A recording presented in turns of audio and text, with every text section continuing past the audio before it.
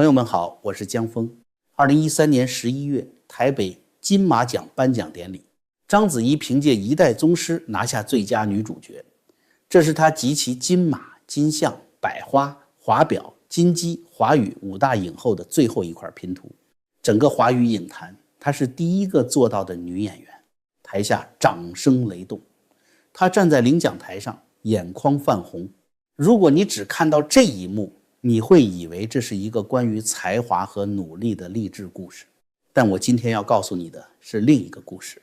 就在章子怡站上人生巅峰的同一年，2013年10月，在深圳，一家叫富德生命人寿的保险公司悄悄拿出了90亿人民币，成立了一个叫厚德前海的基金。这90亿保险资金后来流向了一个叫 Star VC 的明星风投基金，而章子怡恰恰是 Star VC 的合伙人。Star VC 的钱从哪儿来的？从厚德前海基金来。厚德前海的钱从哪儿来的？从富德生命人寿来，那是一家总资产号称6000多亿的保险巨头，钱全是中国老百姓一张一张保单交上去的。富德生命人寿是谁的？一个叫张俊的神秘潮汕商人的。张俊又是谁的人？2016年2月的一个清晨，深圳当局人员冲进张俊家中把他带走。而就在几个小时之前，一个人刚刚从张俊家中离开，这个人叫席远平，中南海塔尖上那位的亲弟弟，一个站在戛纳红毯上的国际影后，一个藏在红墙后面的皇帝，他们之间隔着一条用保险资金铺成的秘密通道。今天我们就来拆解这条通道。要理解章子怡后来的翻身有多不正常，你得先知道她2009年摔得有多惨。2009年12月23日，北京国贸 CBD 百悦府，半夜12点，一群黑衣男子冲到章子怡住所楼下，对着她的巨幅代言海报泼墨，一边泼一边在大厅里大骂章子怡是小三，骗男人钱。当时一群记者本来是蹲在那里等张曼玉订婚的消息，结果等来了章子怡的泼墨大戏，这就是轰动一时的泼墨门。紧接着，京城第一名媛赵新宇跳出来召开记者发布会，把事情的前因后果全抖了出来。原来赵新宇在2008年的芭莎慈善夜上，给章子怡介绍了一位上海富商 A 先生。这位 A 先生有家有室，但章子怡跟他迅速发展出了更深层次的关系。用赵新宇的话说， A 先生像晕了头一样，给章子怡送了一堆天价珠宝，一条蒂凡尼限量版项链上千万，一对钻石耳环上千万，爱马仕钻石鳄鱼皮包100多万，一辆奥迪200万，2幅名画50-60万美金。而且当时章子怡身边还有一个正牌男友，以色列裔美国亿万富豪 Vivi Nevo， 也就是说他是脚踏2条船。但更劲爆的还在后面。有知情人向媒体透露， A 先生只是章子怡的富商关系网中的一个。除了 A 先生之外，他还与浙江籍的 S 姓地产大鳄、陕西房地产商 J 先生、海南房地产商 G 先生，以及注意这个关键词，深圳某富豪都关系不一般。泼墨门之后，紧接着就是诈捐门。有网友翻出章子怡2008年在戛纳电影节期间打着汶川地震的旗号募集善款100万美元，但这笔钱的去向完全不明。最后被央视点名批评，章子怡不得不承认少捐了16万，发了致歉声明。泼墨门、诈捐门、艳照门3重门砸下来，2009年的章子怡用社会性死亡来形容一点不过分。代言丢了，新片被换角，网上骂声一片，整个人从云端跌到了泥坑里。这里我请大家记住一件事，在中国娱乐圈的历史上，但凡经历过这种级别丑闻的女星，基本上都是一蹶不振，能全身而退就算命好了。咱们不妨回顾一下这些年在娱乐圈栽了跟头的大腕们后来都怎么样了。范冰冰2018年被崔永元一份阴阳合同炸出来，税务局查实偷逃税款，最终补缴加罚款共计8.83亿。央视新闻联播专门播了将近5分钟。从此，范冰冰的名字在中国影视圈几乎是禁忌，至今无法正式复出。赵薇2021年8月，一夜之间，所有视频平台上赵薇的作品全部下架，《还珠格格》、《情深深雨蒙蒙》，陪伴了一代人青春记忆的作品，连她的名字都从演员表里抹掉了，微博超话关闭，百度百科被改，这种从互联网上消失的封杀力度，在中国娱乐圈史无前例。郑爽同年被曝日薪208万，网友戏称发明了新的人民币计量单位，叫一爽，偷逃税被罚2.99亿，加上代孕弃养的丑闻，广电总局发文明令，不得邀请参与任何节目，彻底封杀，连个水花都溅不起来。他后来去了美国，在社交媒体上卖衣服，活得像个路人。你看，范冰冰倒了起不来，赵薇倒了起不来，郑爽倒了起不来，他们出事的时候背后多多少少还有些资本力量，但都没用。现在回过头来看章子怡，2009年三重门爆发，论丑闻的烈度，哪一样拿出来都不比范冰冰、郑爽的事轻。而且章子怡当时被央视点名批评，在中国被官媒点名基本等于被盖了棺。但你猜怎么着？仅仅1年多以后，2011年章子怡就拿到了顾长卫导演最爱的女主角，跟郭富城搭戏。2013年王家卫的一代宗师让她包揽了金马影后、金像影后、亚太电影大奖影后，一共拿了12座影后奖杯。从社会性死亡到华语影坛大满贯，章子怡只用了不到4年，这合理吗？在中国娱乐圈，一个被央视批评、被全网群嘲、跟多位富商扯不清的女演员，能在几年内不仅翻身，还达到了此前从未达到的高度。靠她自己的演技能让央视闭嘴，靠某个导演赏识，一个导演有这么大能量？答案只有一个，他背后站着的人级别比央视还高。那这个人是谁呢？别急，我们先从一条资本链条说起。讲到这儿，大家也看出来了，在这种名利场和资本大棋局里博弈，不仅极耗心血，更需要一个充沛的精力和好身体。说到日常养生与精力补充，我特别推荐各位老朋友试试普瑞堂黑参。它采用传统工艺制作，品质纯正，是补气提升活力的好帮手。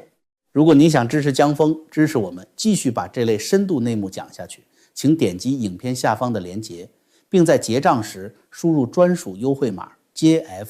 现在普瑞堂有特别回馈，全站享受全球包邮，只要购买满500美元就直接加送一根精选黑参，多买多送，上不封顶。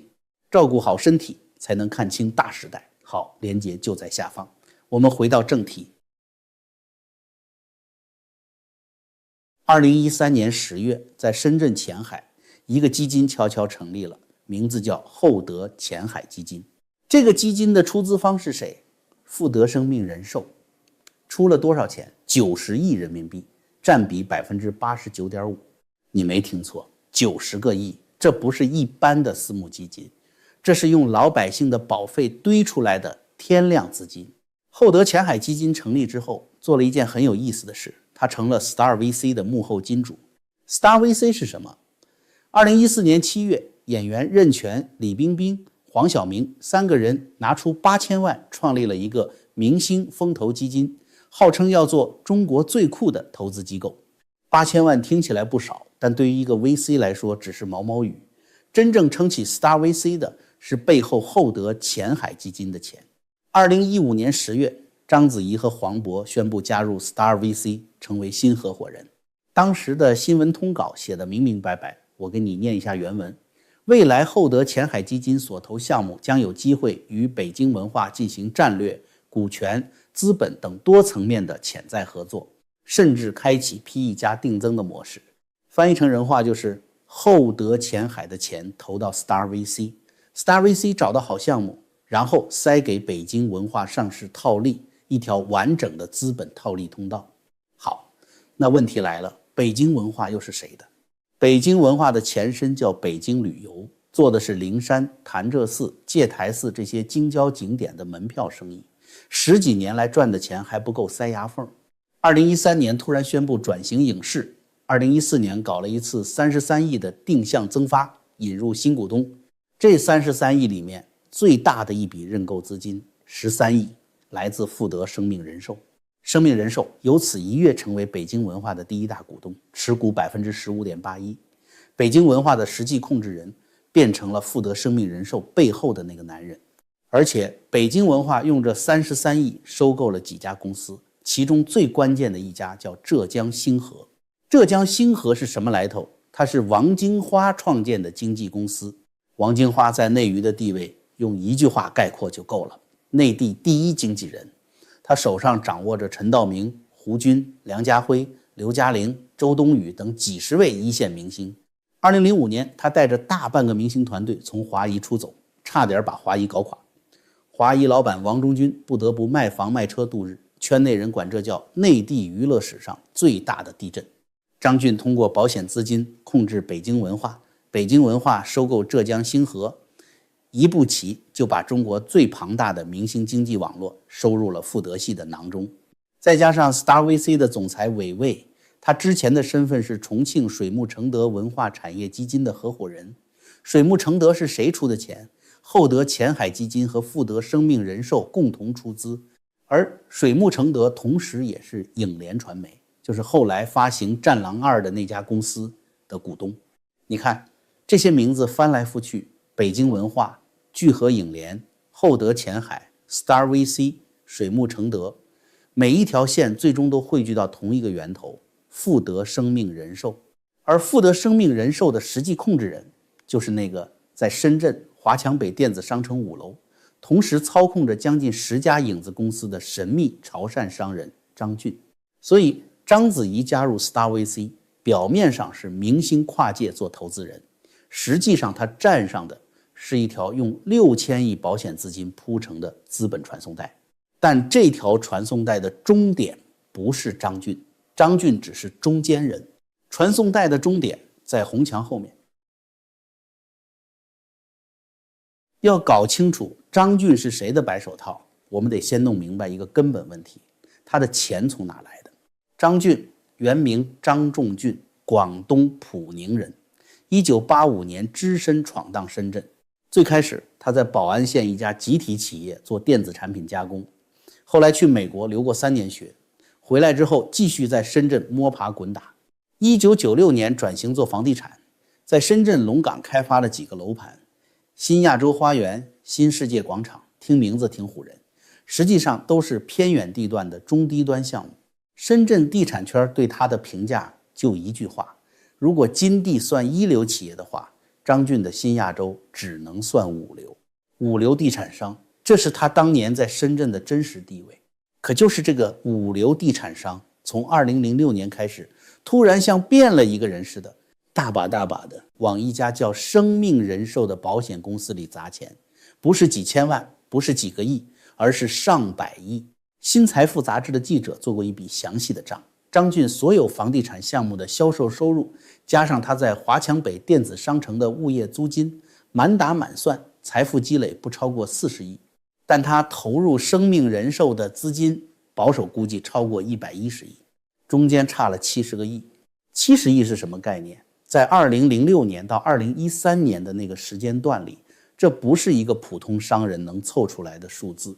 更何况张俊不仅要拿出这些钱，他还要一步步把生命人寿 80% 的股权收入囊中，从创始股东手里挤走大连实德的徐明，挤走北京首钢，挤走广东省国资委的广盛资产，挤走香港郑裕彤家族。这些可都是翻手为云覆手为雨的大佬，凭什么被一个5流地产商逼退？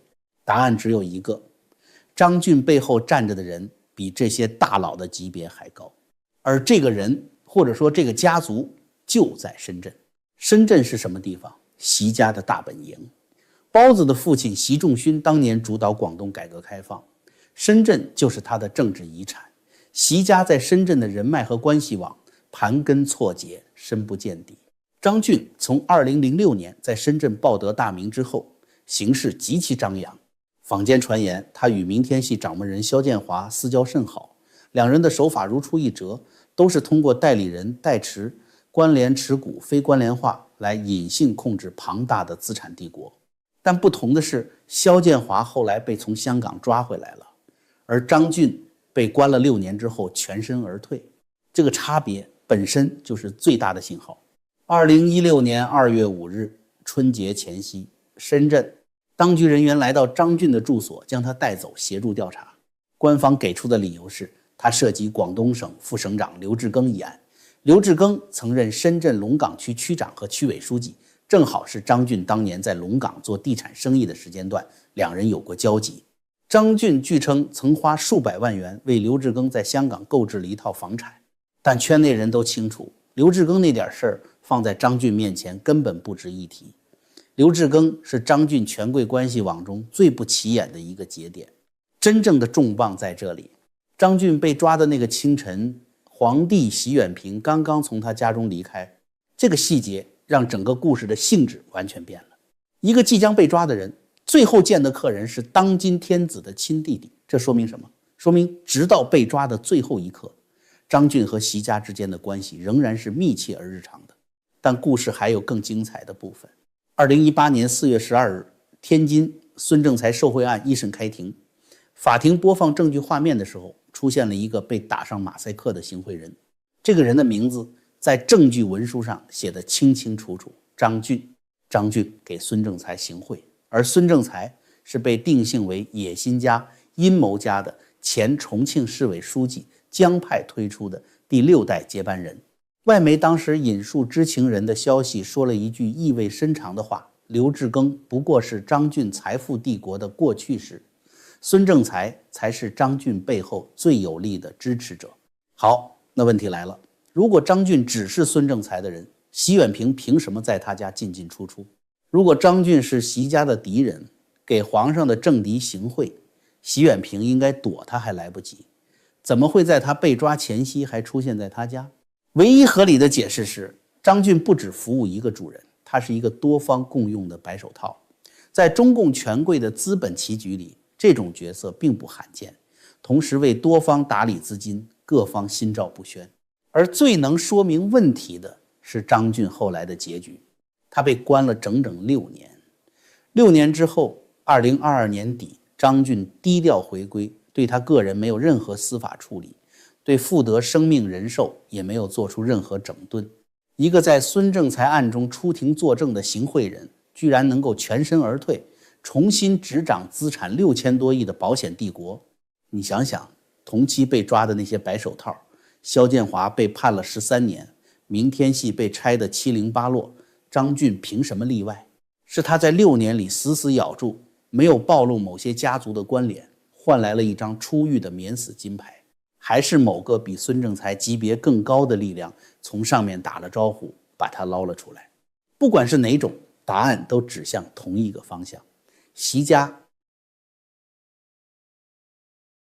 很多人以为习远平跟娱乐圈的关系是最近几年才被扒出来的，但如果你仔细看时间线，你会发现他的布局比所有人想象的都要早。2008年，习远平与张兰兰结婚。张兰兰是谁？军旅歌手，号称军中第一美女，中国的玛丽莲·梦露。她出自部队文工团系统，而部队文工团恰恰是中共娱乐圈和权贵圈交汇的核心地带。多少将军的情人，多少红色家族的儿媳，都出自这个系统。习远平能娶到军中第一美女，说明什么？说明在2008年之前，他就已经深度介入了文艺系统和娱乐圈的关系网。不是结了婚才认识这些人的，而是因为他本来就在这个圈子里。张兰兰只是结果，不是起因。2008年是什么时间点？那一年，包子还只是国家副主席，刚刚被确认为接班人，而习远平已经开始为哥哥未来登顶后的资本布局做准备了。2014年，习远平在深圳特区报发了一篇7000字长文，纪念父亲习仲勋。文中首次公开了他与张兰兰的结婚合影。结果你猜怎么着？中国数字时代记录显示，网信办随后下达命令，全网删除这篇文章和合影，连中央媒体都要删。为什么要删？因为这篇文章和合影暴露了太多信息。皇帝的妻子是文艺系统的人，这在中共的权力格局里是一个非常敏感的信号，它意味着习家在文化宣传领域有自己的触角。海外媒体后来逐渐拼出了更完整的画面。在京城的权贵圈里，习远平有一个绰号叫远亲王。所谓亲王，就是皇帝的至亲，代天子行事。北京作为政治文化中心，娱乐圈这块巨大的蛋糕被习家交给了习远平来管。而他管理的方式不是自己直接出面，那太低级了。他用的是资本代理的方式，通过张俊这样的白手套，用保险资金控制影视公司和经纪公司，再通过 Star VC 这样的明星基金，把一线明星纳入利益网络。你回过头来看这条链条，是不是就全通了？习远平下面是张俊这个白手套，张俊控制着6000亿保险资金的富德生命人寿，福德生命人寿出资90亿给厚德前海基金，这个基金投资明星风投 Star VC， 而章子怡、李冰冰、黄晓明、黄渤又是 Star VC 的合伙人。同一条线的另一个分支，张俊控制富德生命人寿，富德又是北京文化的第一大股东。北京文化控制着浙江星河，而浙江星河正是中国第一文化经纪人王金花的公司，掌控几十位一线明星。再看一个分支，厚德前海加富德生命人寿控制水木承德基金，这个基金投资聚合影联，并发行了《战狼2》。3条线汇成一张网，把中国影视制作、电影发行、明星经济、风险投资全部罩住了。而这张网的终端控制者不是张俊，张俊只是台前的操盘手，而是那个住在红墙后面绰号远亲王的人。现在让我们回到章子怡。2009年3重门之后，她跌到了职业生涯的最低谷，被央视点名，被全网群嘲，代言全丢，新片被换角。但从2010年开始，资源突然又回来了。2011年演了顾长卫的《最爱》，2013年凭《一代宗师》横扫所有影后奖。我前面问过，凭什么？现在答案可以串起来了。章子怡在2009年泼墨门中被知情人爆出她与深圳某富豪关系不一般。深圳在那个年代有几个能被称为富豪且跟娱乐圈有交集的人，张俊是最符合画像的人选之一。他从2006年起就是深圳最有名的隐形富豪，本地人都知道他与远亲王的关系，而且他的行事风格被圈内人的评价是很张扬，背景深厚。2012年，包子正式登上大位，习远平的亲王地位由此确立。从这个时间点开始，他通过张俊搭建的资本管道对娱乐圈的渗透全面加速。2013年，生命人寿出资90亿成立厚德前海基金，同年生命人寿豪掷13亿认购北京文化定增，拿下第一大股东。北京文化随后收购王金花的浙江星河。2014年 Star VC 成立，2015年章子怡正式加入 Star VC 成为合伙人。你把这个时间线铺开来看，章子怡的触底反弹跟张俊资本帝国在娱乐圈的扩张节奏几乎完全重合。他不是靠演技翻身的，他是被一股比央视还大的力量拖起来的。这股力量通过保险资金、影视投资、明星经济的管道，重新为他铺平了道路。而这个管道的源头指向远亲王习远平。这就是中共权贵资本主义的完整食物链，权力在最上面，资本在中间，明星在最前面当门面，而最底层买保单的、交保费的普通中国人什么都不知道。好，今天就聊到这里，请帮忙点赞转发出去，还没有关注的朋友请点击订阅，我们下期节目再见。